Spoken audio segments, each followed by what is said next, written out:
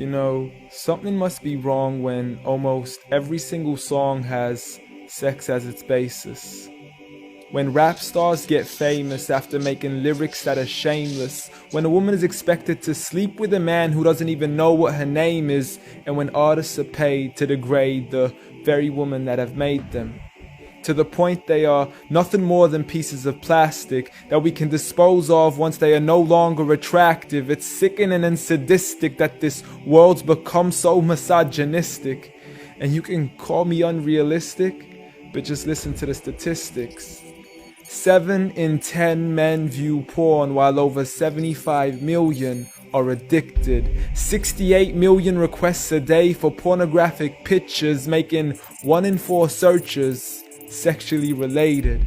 It's like nobody even knew she existed until she got naked, degraded and abused over and over again just to gain millions of views. It's a shame we've subdued to a definition of beauty which is so misconstrued, as we judge each other's looks off of Facebook likes, Instagram pictures to filter off what we really look like. See, we are so obsessed with our outside, we have slowly lost sight of who we really are in real life. I mean, it's sad to see so many teens lose their self-esteem. Looking at these magazines thinking they have to look like what they see. Please, you are worth much more than a 2D image on a screen. You are a living, breathing human being. If only you knew what you really mean.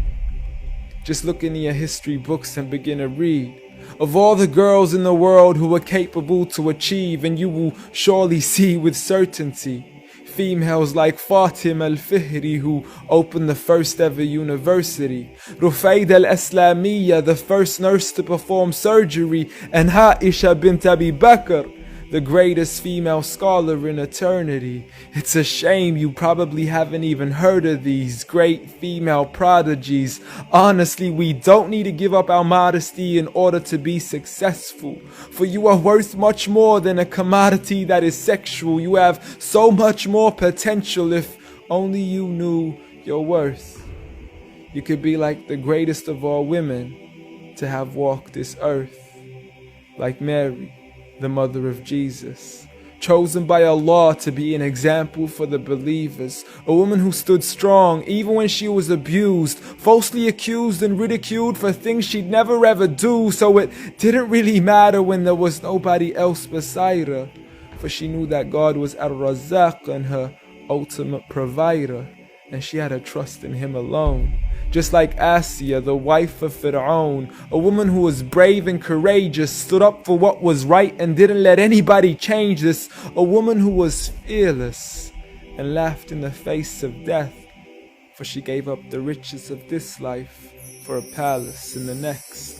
Next up, Khadija, the mother of the believers, a wealthy merchant who had nurtured the Prophet for over 25 years, his first wife, the love of his life and the mother of his kids. She was the first to believe in him when nobody else ever did. She just is, beyond any words that can make you understand. So much so that even Allah sent her His salam. She was grand and Allah assured her, just like her daughter, Fatima, the master of all women in paradise. A woman who would shine so bright she was nicknamed as Zahra, the splendid one with the most generous of hearts.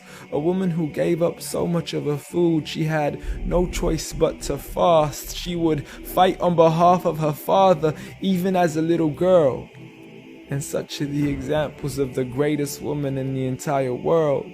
And it had nothing to do with how they looked, but for who they truly were.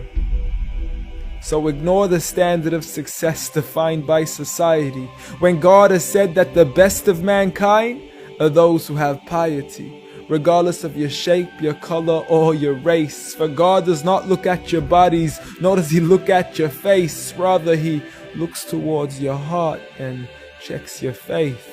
So at the end of the day, it doesn't matter what the people say or who they think you are, when you could be like the greatest of all women in the eyes of Allah.